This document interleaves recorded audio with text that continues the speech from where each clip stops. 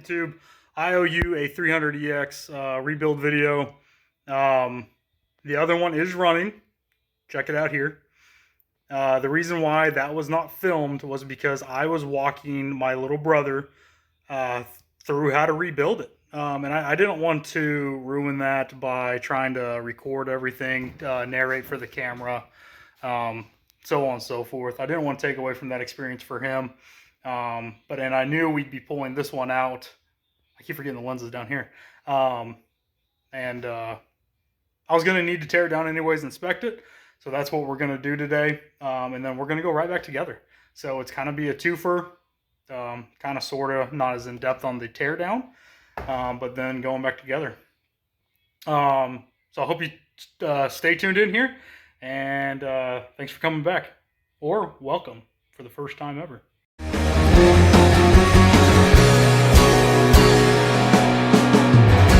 Things first, we're actually going to do just a quick tear down. I'm not going to narrate this part, so you guys are going to watch me work really fast.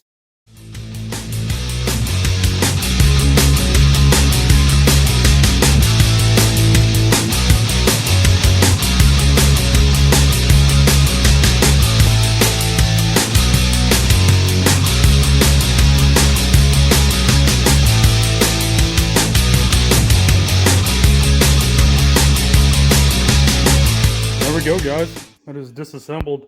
This one came apart a lot easier, but looking at the condition of everything here, I believe this engine has never been opened up before. Stock piston, but then the head gasket still has anti-seize on it and stuff, which I typically only see if from the factory, never been opened up before, which is a real shame. But anyways, why we replaced this one, all of this right here is all like JB Weld or Quick Steel. I don't know what they use, but the stuff that you put like on a piece of cardboard, mix it all together, then it hardens. It's all caked on there to try to stop any leakage and to replace the pieces. When we pulled the stator cover off, all we heard, it sounded like it was raining from all the tiny pieces that were coming off of there. Just was able to knock it off. I mean, that's nothing but that JB Weld material, but that's the hole he got. He launched off of a sand dune. Chain came off. It broke a link. Came up and then whacked the cases. Typically, chain whack is typically, you know, up top here. A lot of stuff has that.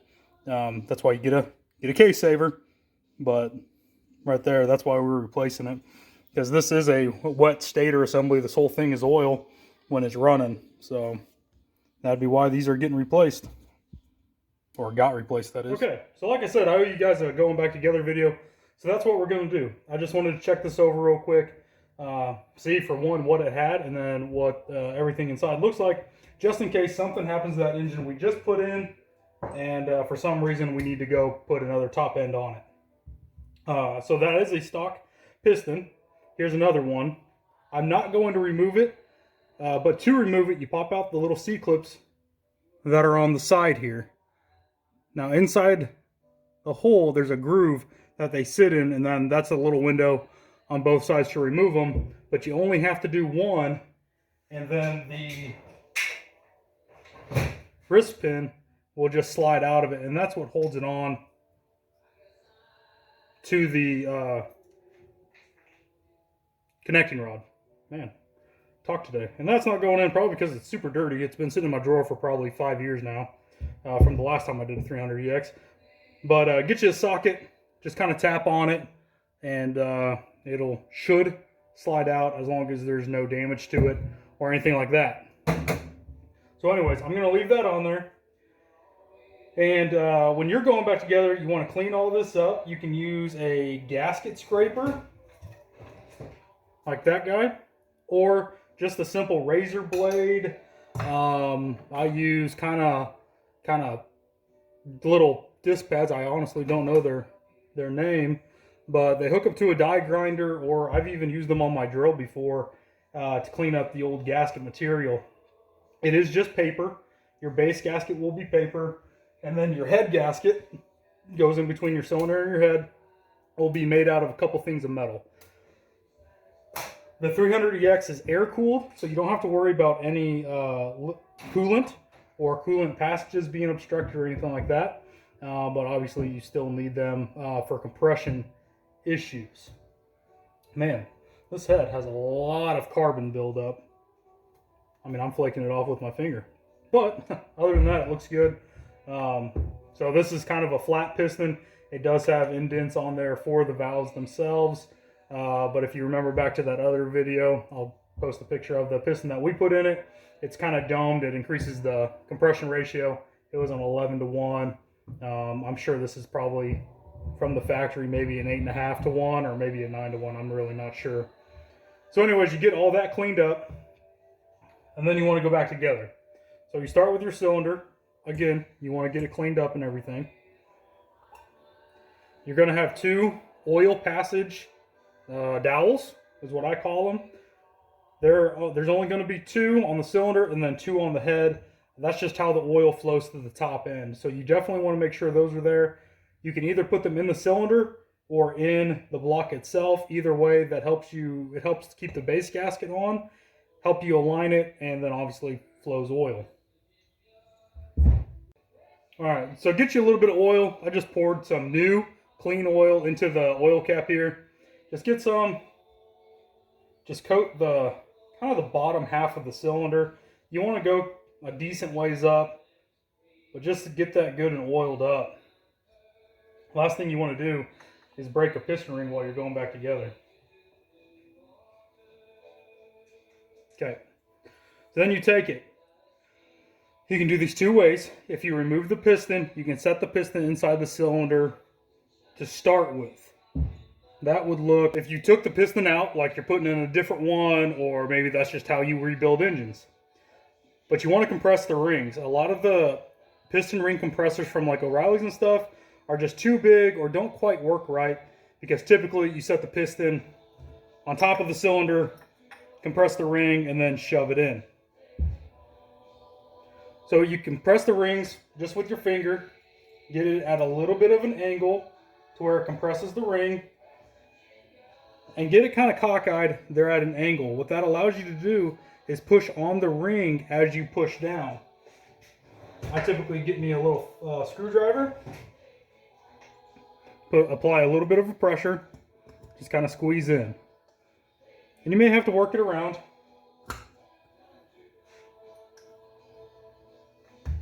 So like this side's not quite all the way in.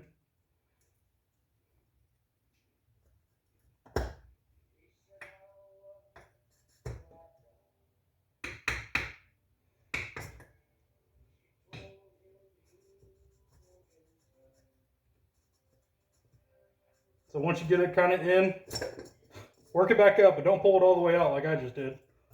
See if I can't get it in just by hand. These are obviously old rings. So you might have a little bit of trouble with new rings, but these old ones are very movable. Okay, so with that in, get the piston lined up, and then you would be able to get it set up, kind of drop it on there, line up your piston rod, your connecting rod, and then just put your wrist pin through and put your C-clips on. But that's not how I do them. A quick side note here, I just noticed on this piston, all this brown, that's just exhaust that was going past the ring. So this engine was definitely time for a rebuild or at least a re-ring. But so if you see that on your piston and you weren't planning on replacing your piston rings, it's probably a good time to go ahead and do that. Okay. You got to get your bolts started here. Get those kind of lined up. Take your piston. It's going to be a little bit hard to see here. Get you a little bit different angle here. So it's going to be kind of the same thing as if you were to do it off of the engine. You just kind of want to compress the rings with one side of the cylinder. And it's not a drastic, kind of about that angle where you can just kind of push on them. Again, get your screwdriver. Try not to be too much in the way here. But I gotta see as well. So you'll kind of feel it if it's sitting on a ring. Once you push it in, let me switch hands. Once you compress that ring, you'll actually feel the cylinder start to slide by itself.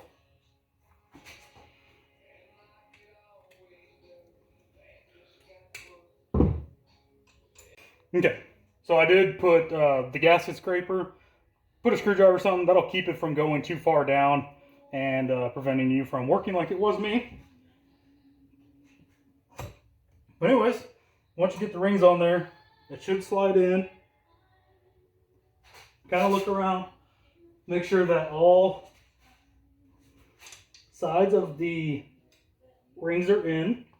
If you can see the oil skirt ring, which is kind of the wavy one, your top ring probably isn't in all the way. So like here on my front side, it's a little bit off. See if I can't bring it up again.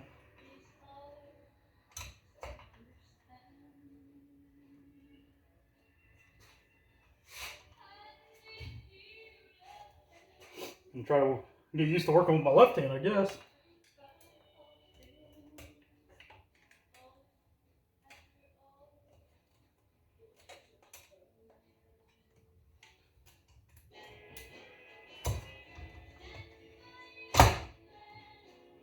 That.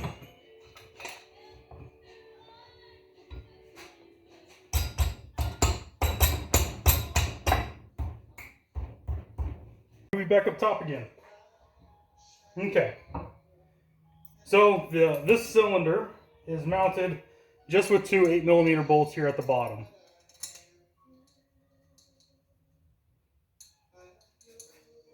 Better turn that on music so I don't get copyrighted.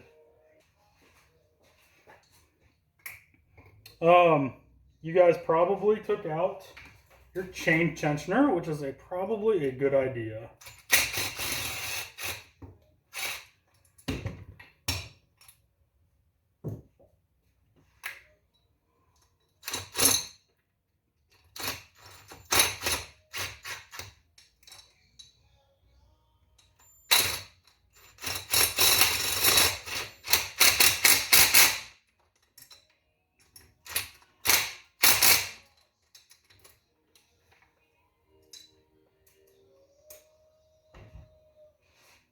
Okay. So then you also want to thread your timing chain back up. This is a great time to do that. Now, if you still have your clutch cover on, you want to make sure that you don't drop that all the way down in the first place. But if you do have it off, makes your life a little bit easier. Now, 300EXs are the only engine that I know of that the timing chain can actually come off of the gear backside here. That guy right there. Most engines, Warriors, Raptors, so on and so forth, that's on there. But these continuously fall off the back once they get a little less tension. Every one I've built, I've had to go in and put the chain back on or make sure that it was on before final assembly. So just keep that in mind as well. Hate to get all back together and then you go to crank it and you got the engine rotating, but not your cam. You will not start. So you want to put your timing chain guide, your second one, back in as well. And they just set that in that little groove there. Get you a screwdriver, a piece of mechanics number 9 wire, an old hanger, whatever. Just lay it there.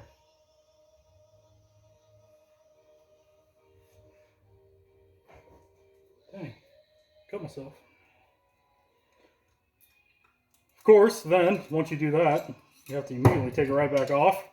Put on your new head gasket. Remember, new everything.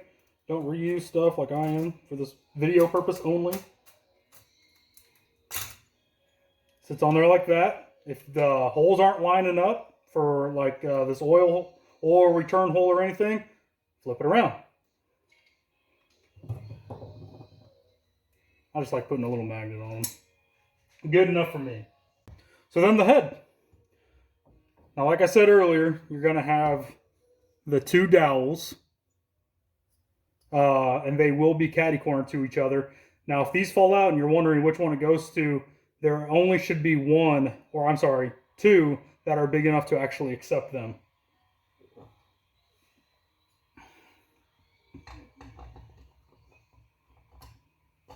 Get everything lined up. Take your wire or whatever you're using to prevent your chain from falling in.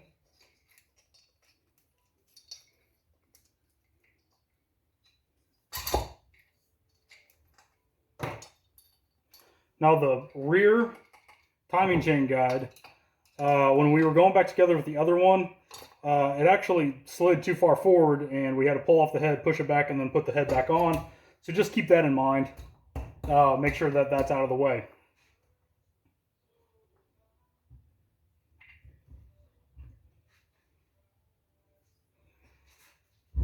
Keep you guys in frame here. Now the head is bolted down by 4 nuts and 2 bolts. You're going to have the big hex 10 ones here on the sides, and I just like to get them started.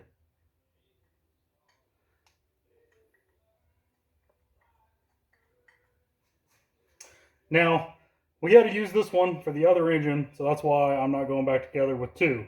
This engine won't run again, or at least not in another bike. Top end might, the bottom end won't. So, put yours back in, but I'm not going to. Then your 4 14mm cap nuts.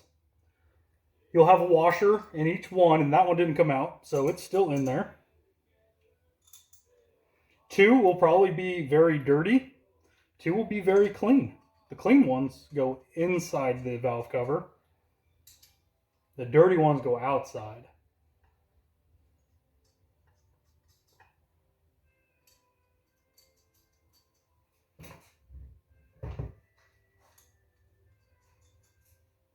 Remember, the more organized you are coming off, the more organized you'll be going back together.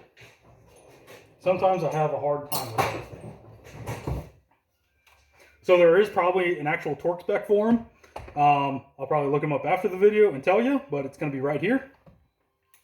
But for now, I'm just going to ooga dooga them. Anytime you're tightening anything that has to do with engines, holding in fluids or anything like that, you want to cross tighten just like you would a wheel or something. Don't, tighten this side and then tighten that side. Kind of X pattern in a circle if you're working on a flat head or any other type of head.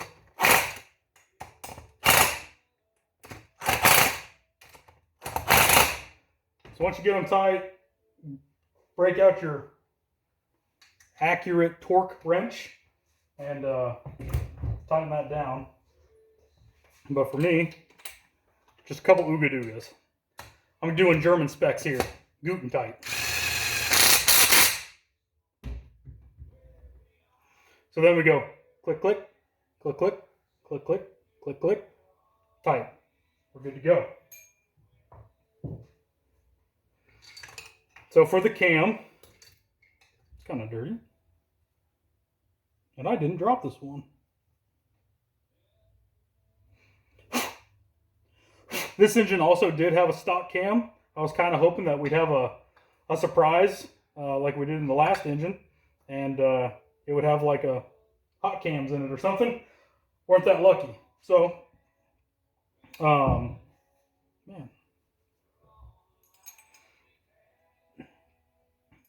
That's right. Honda's weird and has a removable cam gear.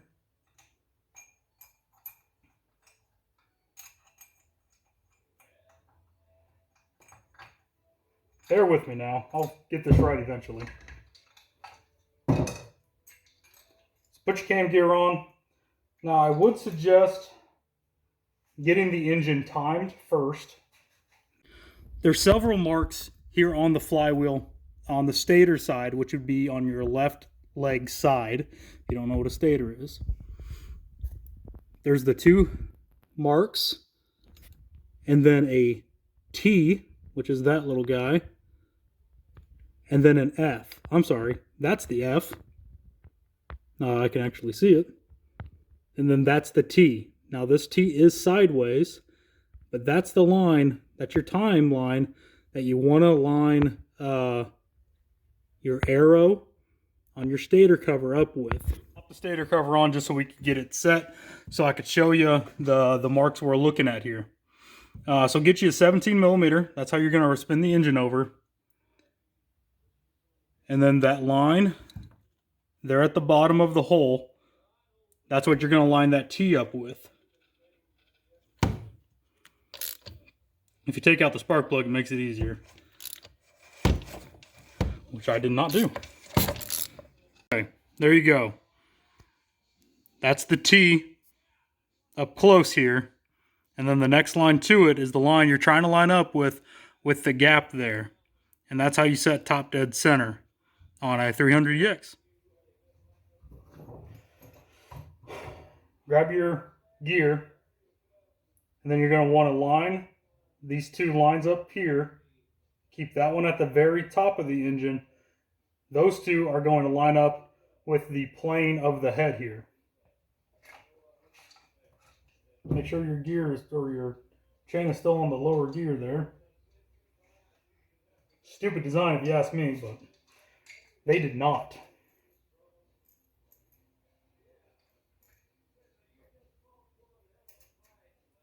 And my suggestion for a 300EX is to get it close to time, going the wrong way, before you put the cam on, because the cam actually is slotted slightly to allow you just a little bit of play.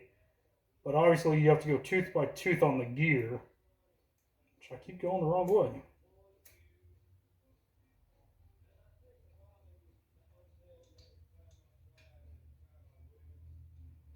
And I got her pretty darn close there. So those 2 lines are equal to the plane of the head, and then I got that one pointing up. Okay, take your cam,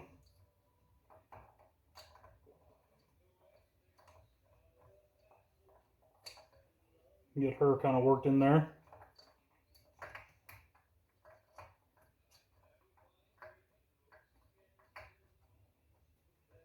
No, it's got to go in this way.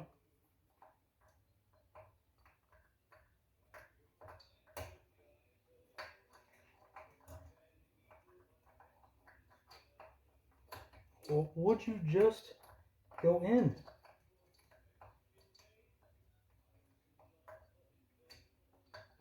Oh, there we go. Okay, so the key is apparently to put the bearing underneath the cam gear and lift up. I knew that. Okay, and then both lobes need to be facing down when you go on. Cam gear will sit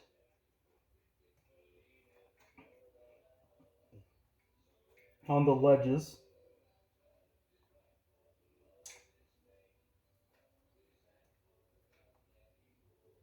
All right, so I got it. What was wrong was the chain was off the gear and was forward, so I had less slack, and in turn, didn't get it on.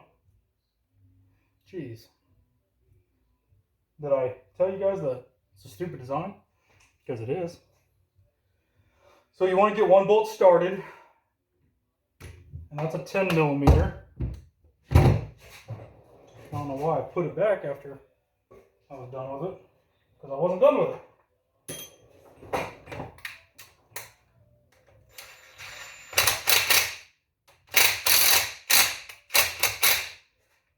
So I don't want it overly tight, but get it on there.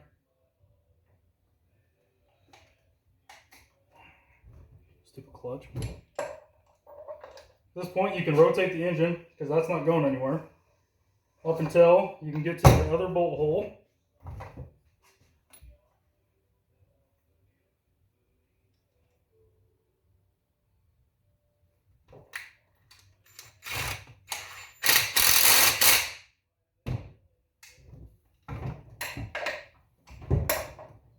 And then I actually suggest tightening that by hand. There's probably a torque spec on it. Every nut and bolt has a torque spec, but I'm doing German still. Guten tight. And that's pretty tight because it's rotating the engine. Like the entire thing. Not just the rotating assembly.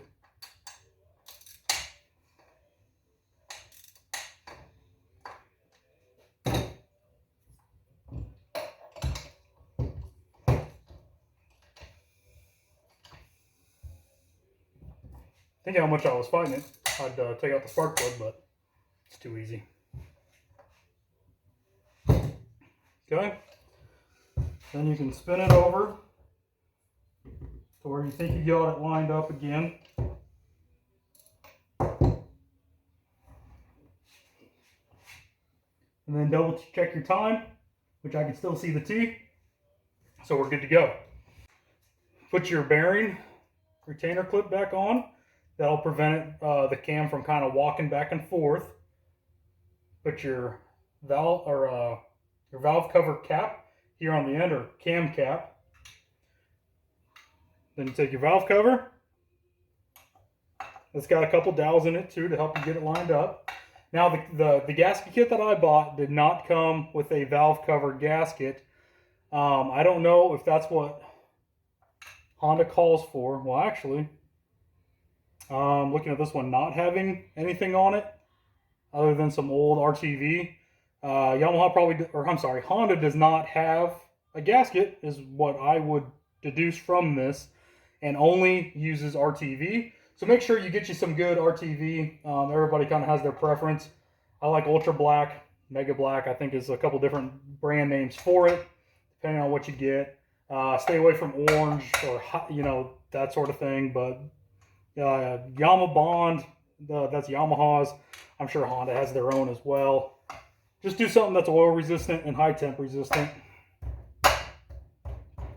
That's not going to break the bank. It does have a couple dowels in the corners. And then those should be loose. They should not be tight at this time for the valve lash themselves, because it's on top dead center. Anyways, you then run all your 10mm bolts in. Make sure you put your oil line back on, as long as you got the clutch cover on. It'll bolt in the back here, and bolt on there with a banjo bolt, and then that'll go into the clutch cover. But other than that, guys, put your caps on, and you're ready to go back in the engine. Or you're ready to put on all your accessories and fire her up. I do recommend make sure that you change out the exhaust donut that's in here. They can make it sound like a valve tick when they go bad. They typically come with all top-end gasket kits. Most fall out. This one's got enough crud built up around it that it's holding in tight. So like that. The one that you have will probably be a little bit bigger. Like that guy. But they do get crushed. Not as far as that one, but they do crush a little bit once you put the header on and then the two 10mm bolts. I used a different one because I don't think this one was just slightly too big. So I used a different one, and I'm not exactly sure what it was out of, but it got the job done. So anyways, guys, thanks for tuning back in to watch the rebuild here. This is actually just going to go sit on a shelf and just keep as a backup up until he sells the bike. And then I will figure out what to do with it from there. There's kind of a better picture of how much damage there was. This obviously sits back a little bit farther. That dowel's not quite lined up. But good chunk taken out. The stator cover is just a little beat up. Probably still usable, but the other one was in better shape. But yeah. Hope you enjoyed the videos of him doing his little jumps there. That is with the new engine. He normally flies a little bit further, But he said he was scared of the increased power. So that was kind of funny. But thank you enough for tuning in. So again, please like, share, subscribe. Comment what you'd like to see next. I'm working on trying to find another four-wheeler that we can do together, do the walk around and everything on it. But the market is crazy right now. Found a four-wheeler, would have been a good project for us. The parts that it needed, I have. Posted 20 minutes before I messaged the guy. I was too late on it. Crazy. All right, guys. Have a good one.